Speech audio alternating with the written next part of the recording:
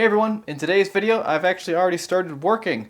I actually did not plan to make a video on this piece right here, but it just got interesting, so now I've got to show you all. This is a Harman Kardon Citation III-X stereo tuner, and as you can see it is a vacuum tube stereo tuner, and this is basically how it was given to me. The owner of this had already removed the tube shields, or whatever you call these, the knobs, and they gave it to me as a when you get to it project, mostly for the tuner string, which I just did. And that's why I didn't really plan on making a video on this, is I don't think it's very interesting to show me stringing tuners, and it'd be a lot of camera work, etc. to do a good job. So I figured it was just not really going to be worth it. But then I tried turning it on. And as you can see, I've got the isolation transformer out so I don't get shocked. I've got the variac so I can bring up the voltage slowly, because, you know, who knows when this was last turned on. But here's one thing that was also included with this receiver. Sorry, tuner. A blown fuse. So that got me thinking, I should probably put the dim bulb on this also, so I can watch and see what exactly is going on, see if there's a short in this, and if we can identify it. And turns out that's what's going on. We've got something to track down here. And then the 2215B is out, just has a amp, so we can listen to what's coming out of this thing. So I'm going to bring the voltage up. I'm going to show you what happens. Okay, so we've got pretty much everything in view here. And again, I've already done this, so now I'm going to show you. So let's start by bringing up the voltage to, like, 46 right there. As you can see, this lit up, which means we are drawing some amount of current. The volume on this is turned up, and now it is on the Marantz also. So any sounds you hear, it's stuff coming out of here going to the Marantz and then through the speakers. So let's see what happens as we go higher. You can see here we've stopped drawing current, actually. Hopefully that's coming through. So that means our capacitors have charged at least a little bit. So that's what that initial current draw generally is. So let's give it a little more voltage. And you can see now we're drawing some more current yet again. We're at 71 volts. Nothing unusual happening. Pretty whatever. I'll bring it up higher. I'm still getting used to this bulb. That's 87 volts. Here is 100 volts. And, about the same. Whatever. As I tune this. Not really getting anything, but let's give it the full 120 right now.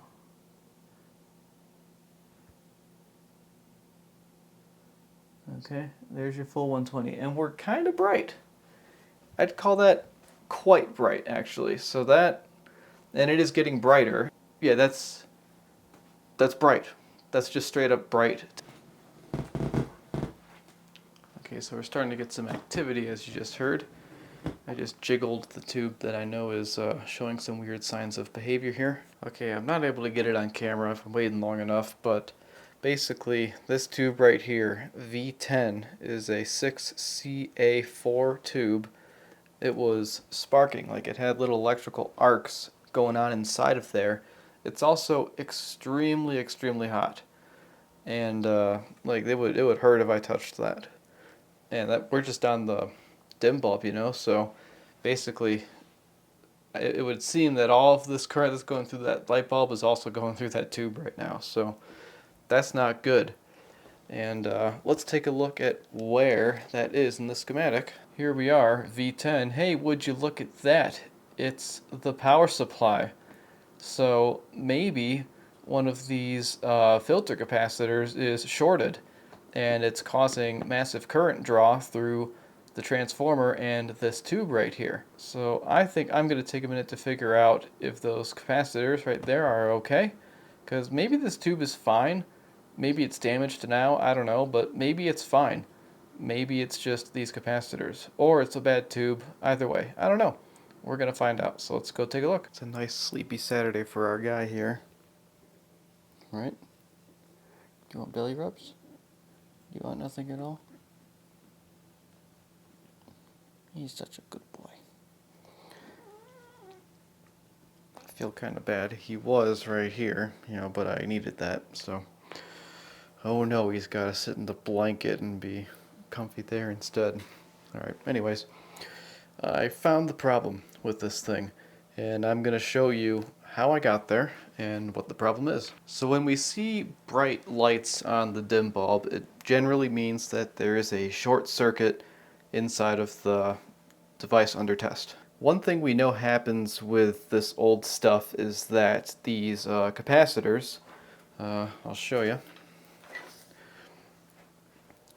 On tube gear, it's these silver cans right here. These are your filter capacitors, or whatever capacitors. That's kind of how they did it back in the 60s. They can get leaky, and they can basically cause a short. So I'm going to pull up the schematic real quick, and I'm just going to kind of put it on the screen, and I'll circle things in the editing as I walk through this.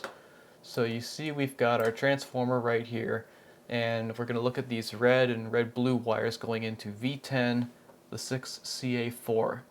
This is a rectifier tube. What's happening here is you've got your AC voltage coming off of the red and red-blue wires, and then the plates inside of here are only allowing current to go one direction, and it's going to put out that power in direct current. So pin 3 has DC at it, and we're going to expect to see, you know, based on the voltages of these capacitors, we should see probably around, like, I don't know, 300, 400 volts coming out at pin 3. One thing that I was doing early on is I actually had the wrong bulb in my socket here. I was doing everything with my other bulb, which is only an 80 watt bulb, or sorry, 95 watt. Yeah, 95 watts at 130 volts, so let's just call it an 85 watt bulb, or 90, whatever. What I'm about to show you is that it's not enough. Okay, so let's just review real quick. Right now I have the isolation transformer plugged into the wall so that I don't get shocked. Watch a video on an isolation transformer if you don't understand that. Then I've got the isolation transformer going into the variac, which can control the voltage. And then I've got the dim bulb tester going into the variac. And then our tuner is plugged into the dim bulb tester.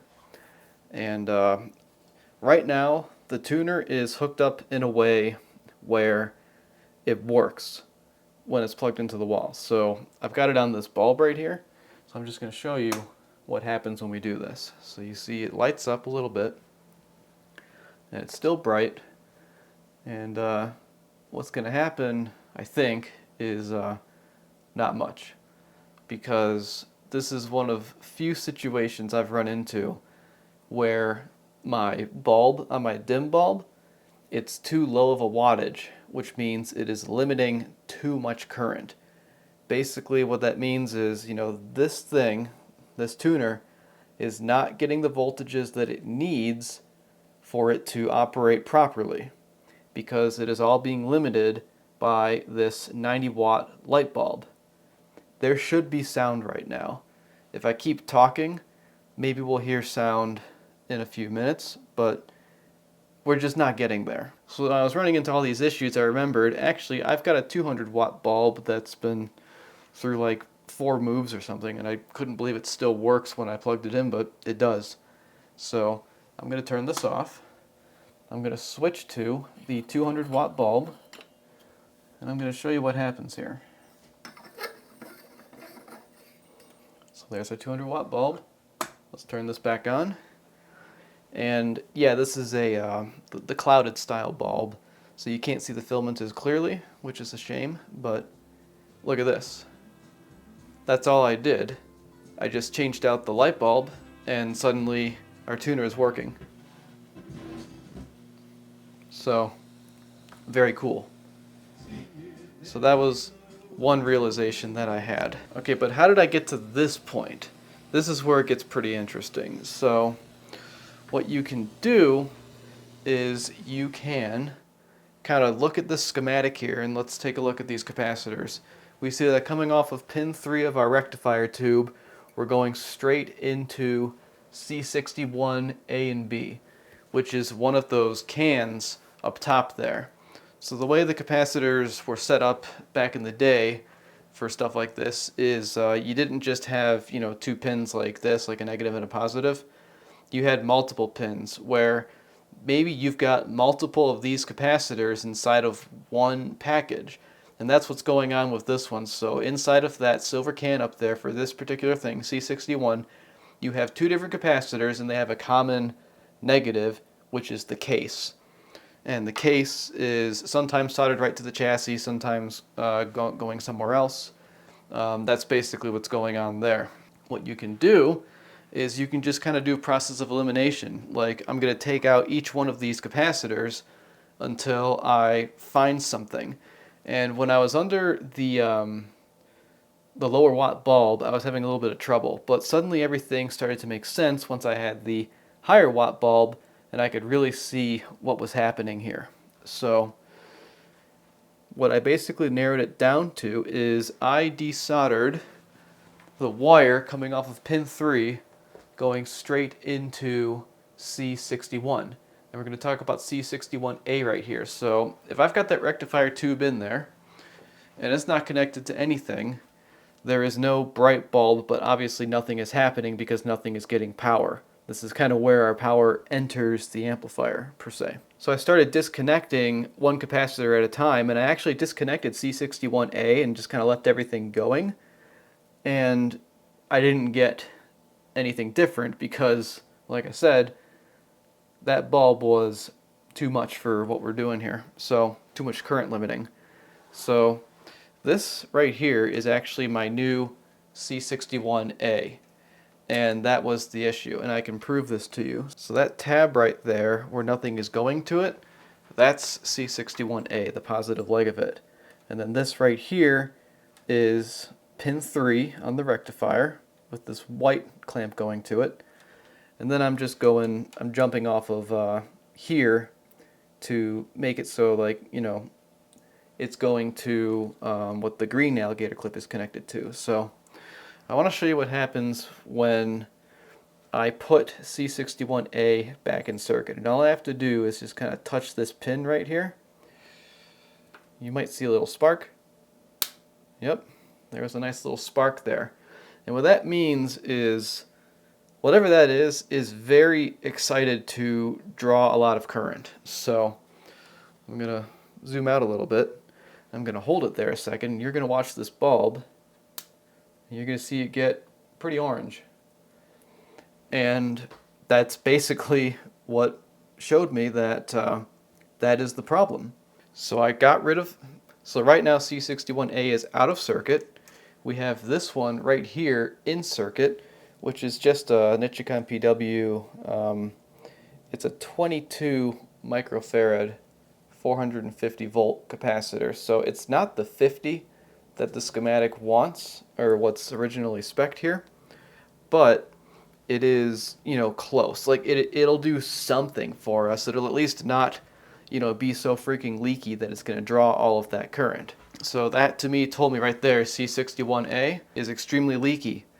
But this is another reason I need to get a leakage tester here. I have this here and I can test things with it. Let's turn this off real quick. And this tester will discharge the capacitor real quick, and I've been doing this a little bit. I've checked. These capacitors discharge pretty quickly. So I just want to hook this up to C61A for you real quick. I want to show you what it does when I hook it up. So it's supposed to be a 50 microfarad capacitor. It says it's 85 and it's got an ESR of 0.43. So, you know, that's a little high for capacitance, but, you know, I have no way of testing the leakage on that thing. So that tester said it was okay. And this is the exact same thing that happened with that Pioneer SA900 we had recently.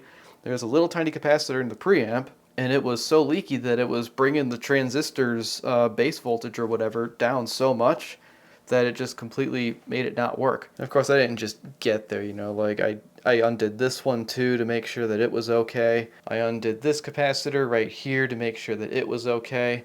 And that was all because, you know, I was using this thing.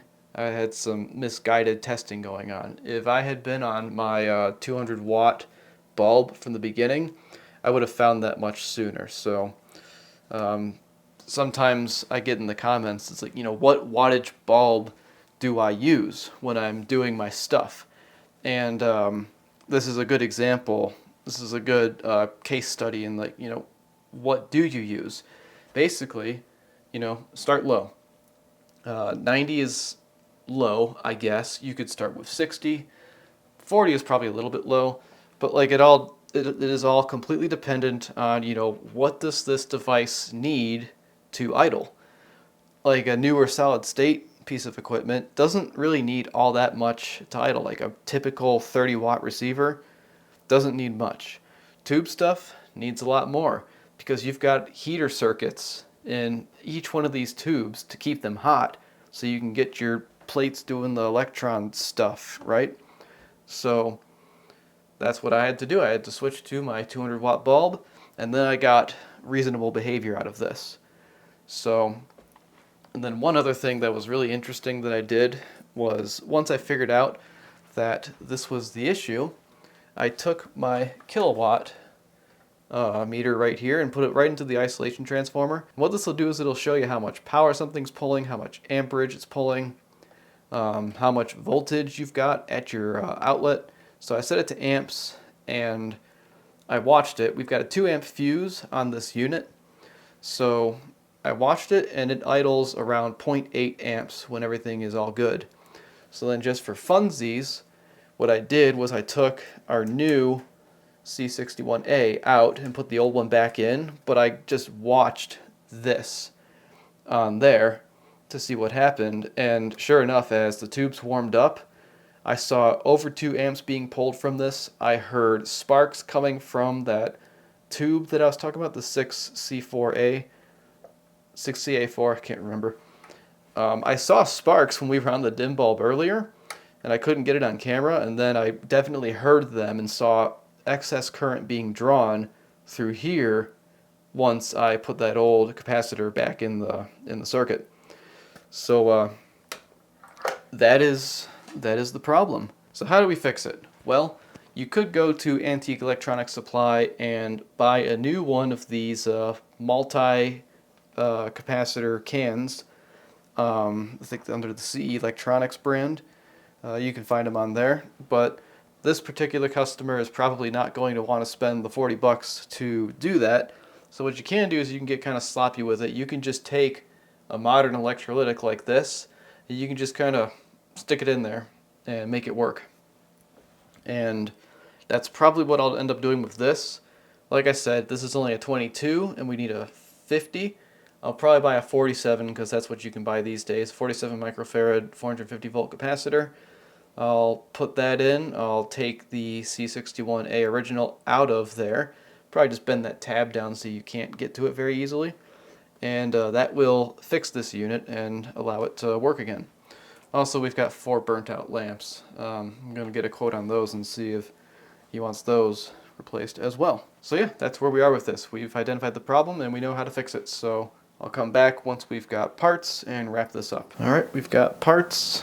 I have new lamps that we'll put in second, but first we need to replace this filter capacitor. I've got an Nichicon, what series? It says CP. I don't know. I just found it on Mauser. 47 microfarad 450 volt. That'll work just fine. So now we got to get it in there. Okay, remind me to put it back on autofocus when we're done here. So you can see we've got 3 wires we need to put together. And then, like on these old caps here, these 4 tabs here, that is ground. It looks like we have an insulated type spacer here. Sometimes they make these conductive, sometimes they make them out of this non-conductive stuff here. So the way this old cap is mounted is you twist these 4 tabs and it kind of locks it in there, and then it looks like you're bolted to the chassis as well in this particular situation. So since the one cap is completely dead, I think what I want to do is I want to just work this tab and rip it out so I have something to wrap all my wires around. Yeah, I bent it down previously because I didn't really think to reuse it. Okay, so I've ripped that out. We have something we can kind of grab onto here. We can wrap these all around this little ring terminal.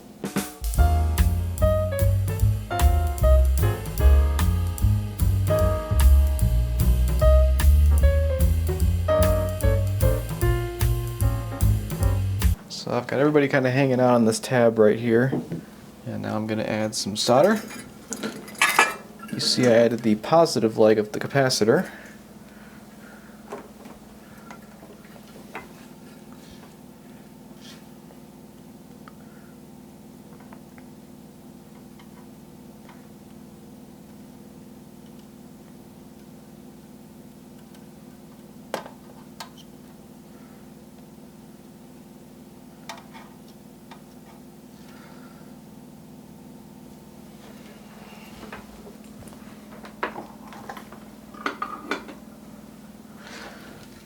So it looks like everybody is solidly hanging out together there. And now all we have to do is we have to get this negative lead on this capacitor onto this tab right inside of here. So we can just kind of bend this stuff into place. And there I am looped through.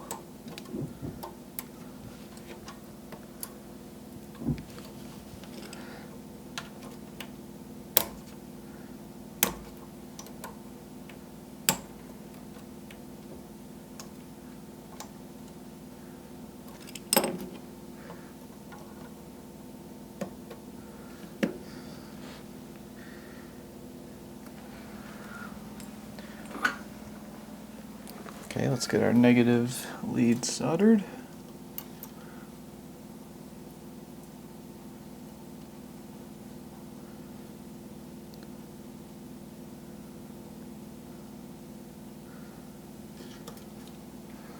There's that. Okay, so now let's clean up our mess. I'm just gonna say it before you all do in the comments. This is a little sloppy. It's not my finest work, but it's gonna work, you know.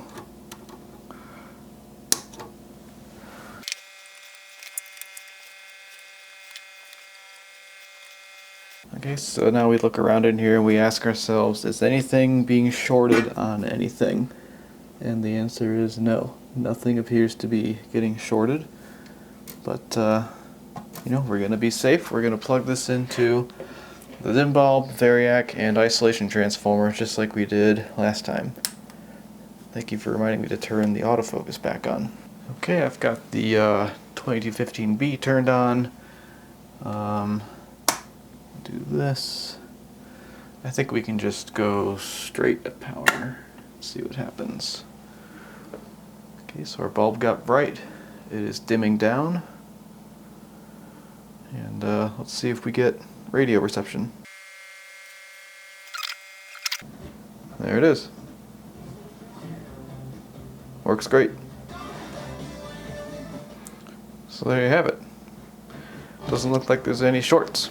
So now what we can do is take this off of the dim bulb, and I'll plug this kilowatt back in for you all because I told you I did it, but I never actually showed you, and I'd like to actually show you. So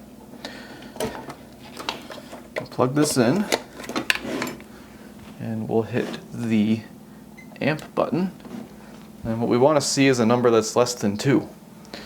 Can you even read that? Let's see. Now can you read it? That's a tough one to see. Okay, whatever. I'll tell you what it says. So I just turned it on. We're drawing 1/2 amp as we warm up. And that is that it works off a 3-pin plug on the wall. And now it's way louder since we're actually able to get all the power we need. It also sounds better.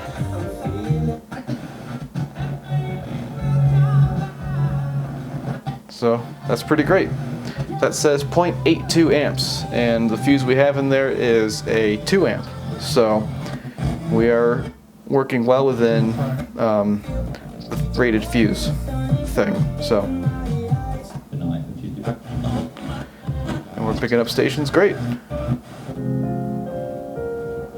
Now we can go ahead and replace the lamps and see what it's like when we've got a faceplate and lamps in this thing.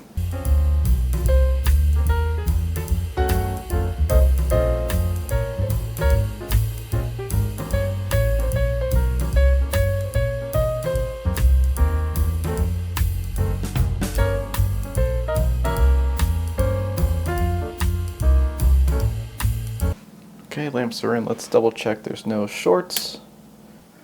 I think that's our stereo indicator lamp, so that would be why that one's not turning on. So it looks like there's no shorts, which means it's probably okay to take this off of the dim bulb and put it back into the wall, or the isolation transformer. And let's see if we get any different behavior. There we go. Now that light works. Okay, I'm gonna put it back together. This is a very heavy faceplate, just saying. It is quite heavy.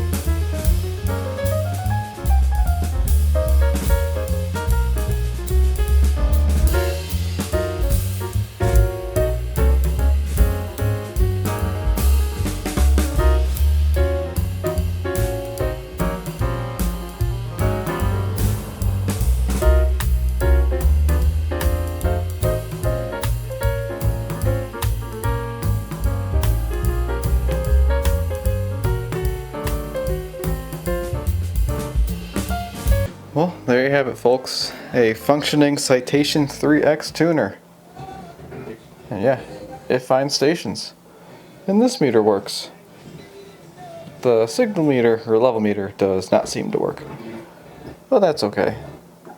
Also, it seems when you go from stereo to mono, it gets louder, and then the muting doesn't seem to work either. But that's we're getting a little bit outside of the scope of this particular repair here. This did not work at all before, and now it does. So that is a wonderful thing, and I'm very happy with the end result. So that is it for today's video. Thank you so much for watching. I hope you learned something watching me figure out what this failing filter capacitor was doing to this tuner, and that you enjoyed watching the video. I've got some good stuff coming up for you all. I've got a Facebook Marketplace tube stereo console that I bought for 50 bucks. I just bought Magnapan MG 3.6Rs, and I've got a Pioneer reel-to-reel tape player that is in its original box, and I've never used a reel-to-reel before. So let me know in the comments which one of those three you're most excited to see, and I will see you in the next one. And then there's this thing too, 13 bucks at Goodwill. Does it work? Who knows? We'll just have to find out.